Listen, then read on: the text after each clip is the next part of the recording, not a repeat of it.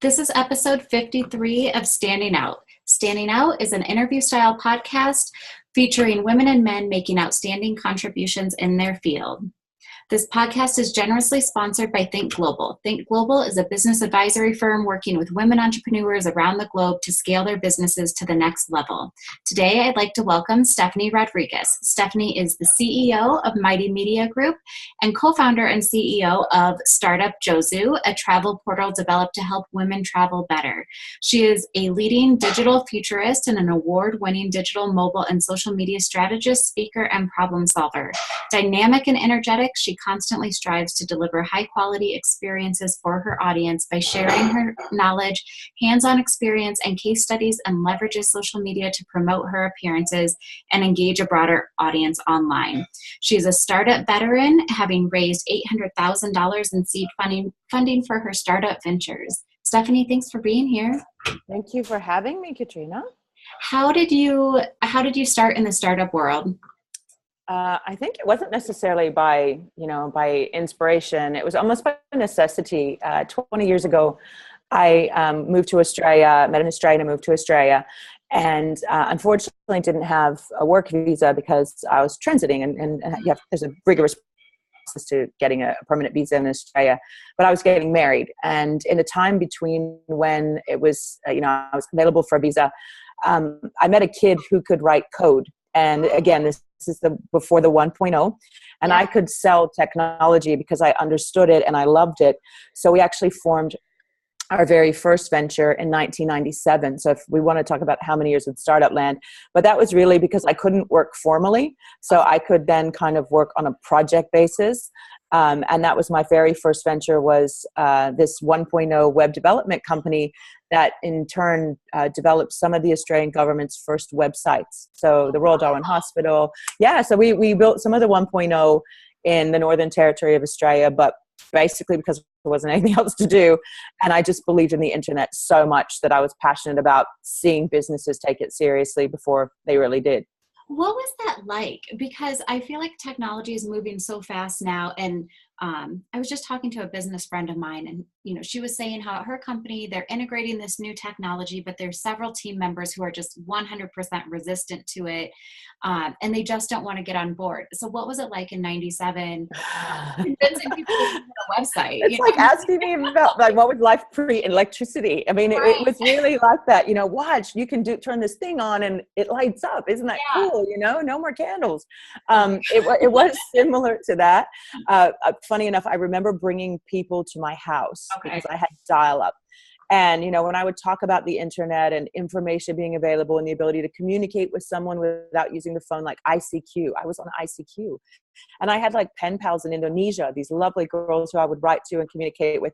So it was hilarious. But to bring them to the house, sit them in my office and go, okay, listen to this. And then, parse and ding, ding, ding, ding. Yeah. All the sound effects that it would make. And then it was like, wow, we're looking at stuff and it's on the screen and it's from somewhere else. So it was a bit of, being that futurist side of things and believing that this was the future of the internet and taking people on a journey, really, getting them to understand that it was the future. Funny enough, my current project, which is Jozu for Women, and it's the travel portal, back in 97, I said to my then husband that I moved to Australia for, I wanted to create a travel website and I wanted to record all of the trips because we traveled ridiculously and be able to review where we'd been and have a single place for others to participate in that discustion. Mm-hmm. I even had a name for it. We were going to call it BeenThereDoneThat.com. Oh, wow. And he was like, no way. The internet's never, he was a doctor, internet's never going to catch on. So much like in your situation with naysayers and disbelievers who won't go on that journey.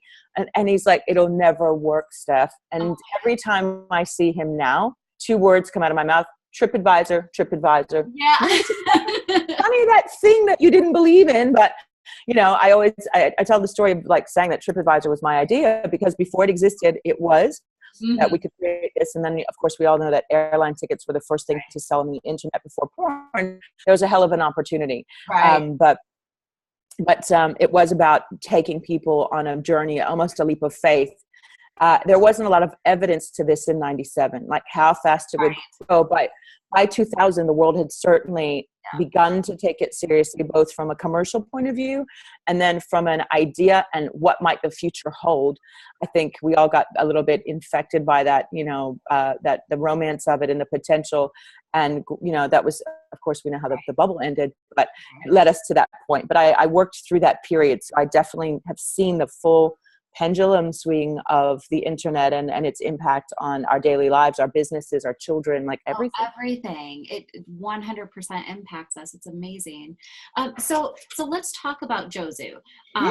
So you have sort of had a seed of an idea back in 97 that is basically TripAdvisor, but Jozu's different. So tell us, tell us what it is. Okay, well, Jozu is not an app, and it will have a mobile app. We're in the production of that right now because it has several layers to it. Okay. But the problem Jozu solves, I think, which is more important than what it is it solves the problem of women seeking information regarding travel. Now, to frame this by some statistics, Katrina, women make more than 85% of vacation purchase decisions regardless of whose credit card and who's paying. There's a life cycle of this as well, because it starts out at college graduation trip. Sure. Usually daddy's paying. Then there's my boyfriend and I romantic weekend. I'm doing the planning. Maybe he might propose, honeymoon. So we've got those couples doing romantic things. Then we go into chief family travel organizer, and that's the mom who's got to get kids clubs and tea times and make sure all the stakeholders are happy in one single experience. Then we progress to girl getaways and 40th birthdays, 4-day weekends, particularly at a higher price point or a bit more luxurious than where we started when we were 18. Right. And then we finally have multi-generational trips, mother-daughter, and then, grandparents, families, aunties and uncles doing larger trips. And then very far at the very end, but no less important, are the golden girls who are traveling as widows, who tend to go for longer periods of time and prefer to travel with other women in more organized and more probably more choreographed environments. So knowing as a woman and having been traveling, I've been to 48 countries. So it's also something I saw as a real need versus a vanity project. But the problem Jozu solves is a place for women to find information that's transparent. I've often booked hotels from hotel websites or, hotels.com or whatever they are, and got there, and it was exactly what the description in the online resellers, portal said, except for it was missing a few key points. And one of them was, oh yes, great Wi-Fi, clean rooms, but in the middle of the red light district. Funny that's not on TripAdvisor. So point number one was safety, and that became a big issue for me as a woman traveling alone for business. But the rise of solo travelers, there were more than 35 million women last year in America alone that took a solo trip. And more than probably 25% of them will take more than 5 a year. So these numbers indicate that there's a massive opportunity, but there was no single place for this information to be transferred woman to woman in a respected environment. And in my experience, women will share things woman to woman privately. Let's say like in a ladies' lounge versus in public, because we have to justify our feelings to men. Like, why did you feel uncomfortable? I don't feel uncomfortable. It's not about you. Right. It's like, we're not talking to you. But in looking at what Jozu does, it helps by the community part of it, create a place for women exclusively to discuss travel, seek knowledge. And inside that, we have our AI. Her name is Jenny. So yes, there's a deep tech, aspect to this. Jenny is an algorithm of machine-based learning and predictive analytics. So Jenny takes information as you sign up, as you self-actualize, and she begins to then condition what she observes about you by personalizing your journey on our dashboard. So what you'll see will be based on your age, how sophisticated of a traveler she thinks you are, how you self-actualize in the community, what things you talk about, what you click on, what you don't click on. She's recording all of this, observing it, not passively. It's not like Siri where you ask, where's the nearest pharmacy? And she tells you. She should know that you're going to the pharmacy because you have hay fever because the weather is pollen's like 90%. That's how smart we want Jenny to be. Wow. And so AI has been a thing that's it seems like I'm hearing so much more about AI. Is that getting integrated into a lot of websites and applications? I don't think as much, I don't know that other, if we were to look at our competitors, like, the Expedias and the TripAdvisors, and they in some ways are competitors, but they're not, because you only go there when you want to purchase something immediately. It's Right. immediate gratification, whereas Josu's not an immediate gratification portal. That said, though, we do have a really fantastic booking engine. We're an Amadeus-enabled startup, so we're in their startup program, and we have the full inventory that other travel OTAs have, and sometimes stuff that's even better. So we have a full booking engine on our site. So it's not just that we want to talk about travel and inspire women to travel. We can actually, then Jenny starts trip personalizing for you. So if you haven't planned a vacation and she knows you travel every 5 months or something, you take a break, and she begins to observe your pattern, she's going to suggest to you, hey, there's a special price on. I know you wanted to go here because you mentioned it on a blog. Oh, I'm dying to go there. Now we've got some special pricing that we can see in our engine, and you haven't taken a break in 4 months. So here's an itinerary that you're going to. So to be able to actually make sure you take your breaks and you get your your time off. Yeah. So Jenny is your friend like that. But then Jenny, I appreciate Jenny looking out for me. Jenny will take care of you, Right. and she also makes sure that where you're going suits you. So unlike, I've recently been playing with some of the female travel apps, and a bit of a disappointment, because I asked this particular one I was playing with to match me with people going to Australia on my recent Australia trip. And I'm over 45. I'm a mother of an 11-year-old. And this app was introducing me to 21-year-old nannies coming to Australia for the first time, as if we'd have something in common or want to be doing the same things. So AI is really something that sits inside the back end of the solution, but her responsibility or her function is quite robust in learning the patterns of you, but then also being able to recommend vacations for you, because 25,000 other women who fit your profile, who hashtag likes wine, hashtag likes yoga, hashtag doesn't camp, like, doesn't camp. Like me, I don't camp. I can't. Like, I don't like bugs. I'm like, I don't like spiders. So Jenny's not going to put you in the woods. Like. No. But she, like, if I go, give me my dream holiday, she's not going to go, oh, it's glamping up here and you're in the middle of nowhere, So that's kind of how she observes, but it's not just on the vacation planning. She also introduces you to other members that have the knowledge you might be seeking, which is really cool as well. So like a best friend, if you said, I need a hairdresser in Montego Bay, or I'm looking for this kids clubs that speak English in Indonesia, she taps the person that has that by self-actualizing, or their content says, I've been to this kids club with my 11-year-old. It was great when she asked me to review the hotel. So if you're looking for it and I'm the holder of the knowledge, she suggests in the dashboard environment that we meet. And if you have a direct question, she shows it to me and suggests I help you. And so the gamification of the site rewards our members for helping each other. Now, women are known to help each other anyway, but it actually rewards that behavior with points towards upgrades and certain bonuses that are through our membership program. That's amazing, and I love that. I have 2 kids, and we're traveling to Mexico this summer, and that's a real thing that I'm dealing with at the moment, is that I want to make sure that there's enough for them to do, that it's a safe place. We want to enjoy this family vacation, and ideally I don't want to feel stressed that, something might happen to my kids. And so having that community feedback is amazing. I'm still quite honestly blown away that women are making 85% of travel purchasing decisions. I know. Do you do the planning, or does your partner do the planning? I do all of it. And so I'm like, oh my Why is that? Then this shouldn't be a surprising statistic at all. And how long have you? Forever, ever. So, I mean, we totally fit your model of, we've been married 10 years. We've been together 12, but in the beginning it was very small vacations, like a trip to a festival for music or something like that.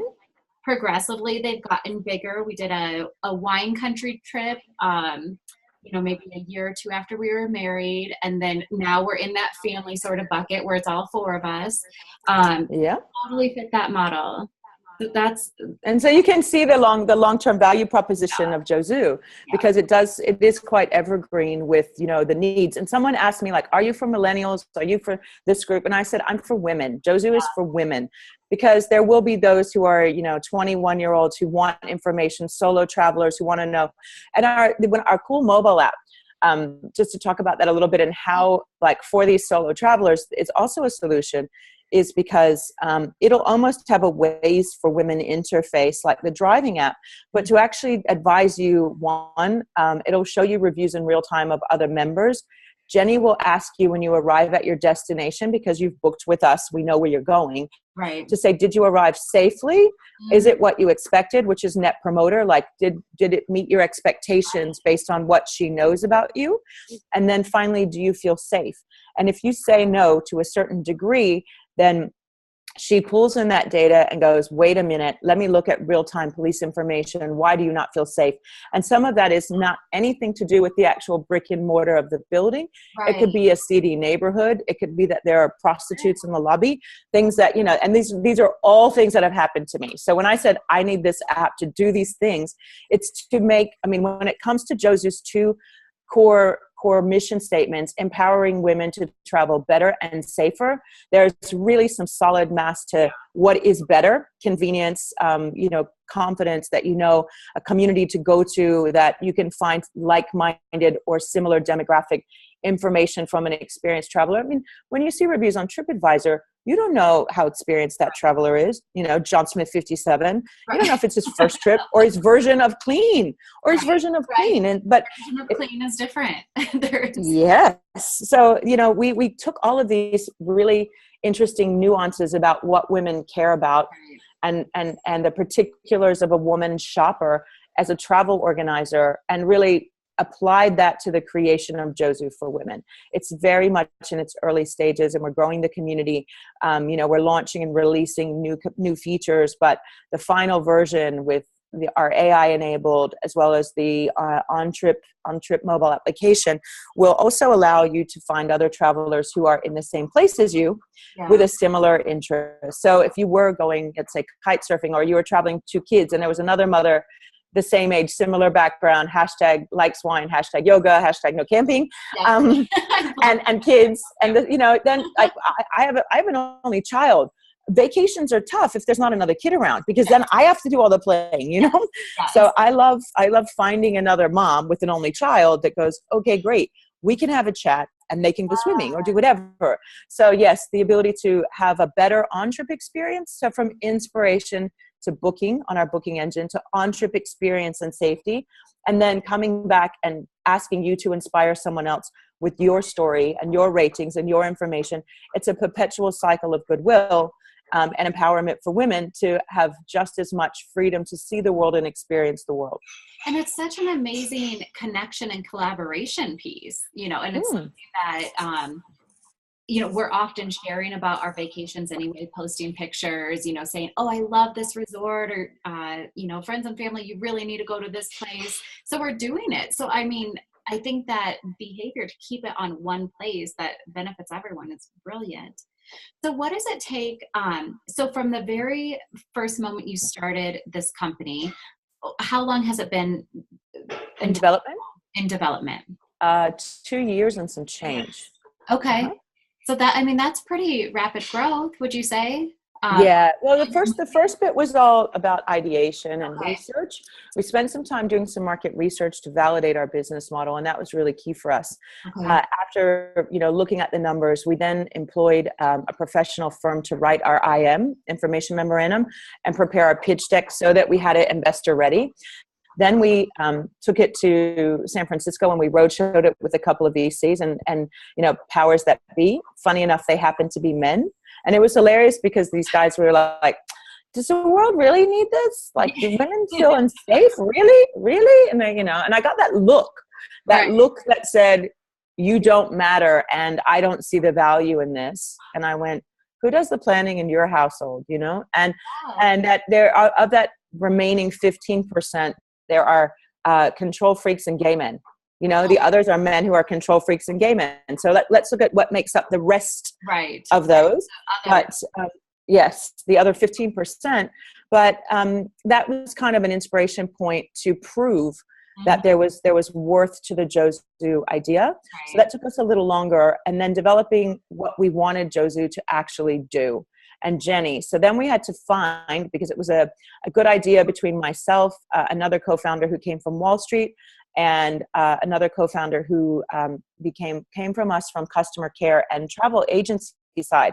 So we really needed someone who understood the beast of being an OTA and speaking travel agency, which I don't, and somebody who understood money.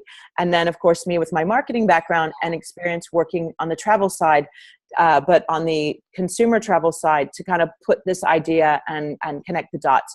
But then we needed tech. So then we had to find tech developers and also a data scientist. So all of this was kind of one brick in the road. But interestingly enough, we finished our on-screen demo in August to get us to something that investors could see. We began our roadshow in October, and we raised our initial seed round, closed it by November 11th, and had all funds banked by December 1. So it went very fast. So our first milestone was to launch in March at South by Southwest and go live. So we literally had 3 months of pull it together and enable it to where end to end someone could sign up, look at the community, buy a ticket, and and go from that entire customer journey. And we did, and that's what we refer to as our 1.0. But we did it in 4 months. So very, from the stages of growing the team and finding the players, we also partnered with some amazing companies. So we didn't build everything ourselves. And I'm very much anti write a line of code that you don't need to, because if it's already been done before, open source that stuff. Yes. So we partnered with Amadeus, and they're the GDS. They're the company that gives us the booking engine solution. And all like travel agencies use about 3 players, but Amadeus put us into their startup program because a woman ran it. And the minute she saw our business plan, she was like, love it, you're in. It was the easiest interview I'd ever had. Right. So I was going to ask how you get in such an amazing program like that, but that was it. She was a woman, and she knew, and she just knew. She said, you are solving a real problem. Yeah. So, and I mean, we had a valid business plan because we invested in that. Right. So she was like, no, you're in, which was cool. And then, beyond that, Lithium Technologies is our community layer. Okay. Lithium Technologies is an enterprise solution that enables companies like Barclaycard, Sephora's Beauty Talk, Southwest Airlines. So it's the community layer where peer-to-peer, customer-to-customer, they can help each other. This gamification. We were the first startup in ever that they've licensed their technology to, and the first travel company. So, we've had a relationship with Lithium from previous customers of Mighty Media Groups. So they licensed to us. So we came out of the box with some really robust tools and the ability to scale big from an immediate launch. So I think, having some business years behind us allowed us to have these relationships with key partners at a global scale that as a startup of 21-year-olds, we would have never had access to. Absolutely. And I think there is so much value in recognizing that. And that's sort of where I am in my company, is that we've had this company, and I've been in marketing for 13 years. The company is 6 years old, but I think there is so much opportunity when I look at people I've met along the way, people I've worked with, conference founders and things like that, to really grow into something even larger and more impactful. And so I'm always keeping my eyes and ears open, because there truly is value in that experience and those relationships that happen over time that you usually don't have at 21 years old. And so thanks for calling that out. Well, I mean, I love the millennial energy, and when it comes to ideas and creativity, that they're always, that my younger staff are great to tap, but when it comes to relationships and trust, you can pick the phone up and speak to the vice president of X, or put a proposal forward that folks trust you. They might not say, well, they say this is a startup, anything can happen, but there's enough history there and credibility to be willing to do something never been done because you have that relationship and that trust. Yeah. And I'm sure that's really important for raising capital too. I mean, that's right. Yes.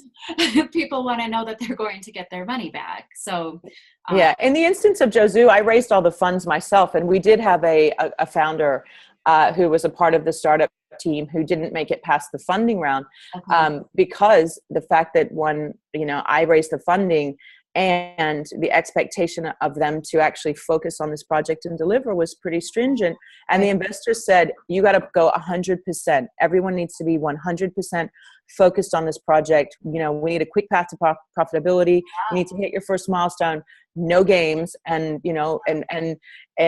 startup land is not fun. There's attritions. There's people who start and don't make the cut of the A grade or fall away because of lack of alignment of culture. Right. So we've even in our very short time seen, attrition, seen challenges, seen, obstacles, seen, disalignments, to have to really, keep people focused on the vision, grow the culture, understand why we're all here. And we've done exceptionally well in the eyes of our investors to hit our milestones, to build our brand. We were ranked at South by Southwest, 46 of 1,500 brands recorded by an independent company, talked about on social media, and 100% positive. The funny thing about that is, Katrina, that we launched on International Women's Day. Yeah. So the day before South by, we didn't exist. We actually physically, no one had ever heard about us. So, so we created a whole lot of signal, there that, that gave us our nudge into the universe. We were spoken into existence. And, now it's an expectation on just delivering a good product. Yeah. As we wrap up, what would you say is, as an industry insider, what would you say you have your eyes and ears on, and it's a trend that we might all be talking about in a year or two from now? Well, I don't know if it's a trend that will lose any more power or gain more. I think probably the biggest takeaway of me this year is the empowerment of women, and the rise of the women's movement and the empowerment is, for me, the single biggest trend, and it defies technology, it defies politics, defies gravity. And I think that is going to be something that is going to change history and mark these years to come. How we do this with technology, how we, these are just the tools, AR, AI, all of this, these are just tools, but, and like women solving women's problems, for me, I think is going to be the biggest trend over the next 3 years, going from that passive and invisible position to more vocal, to more resourced, to, pushing further agendas for diversity and equality. Right. I think those are going to be the biggest trends, and how we use these tools to achieve that, or to see the pendulum shift in that direction, will be what we'll be talking about in 3 years. Yeah. I think that is a perfect way to end the conversation. Thank you so much for being here, Stephenie. I appreciate it. Thank you so much for having me. You're welcome.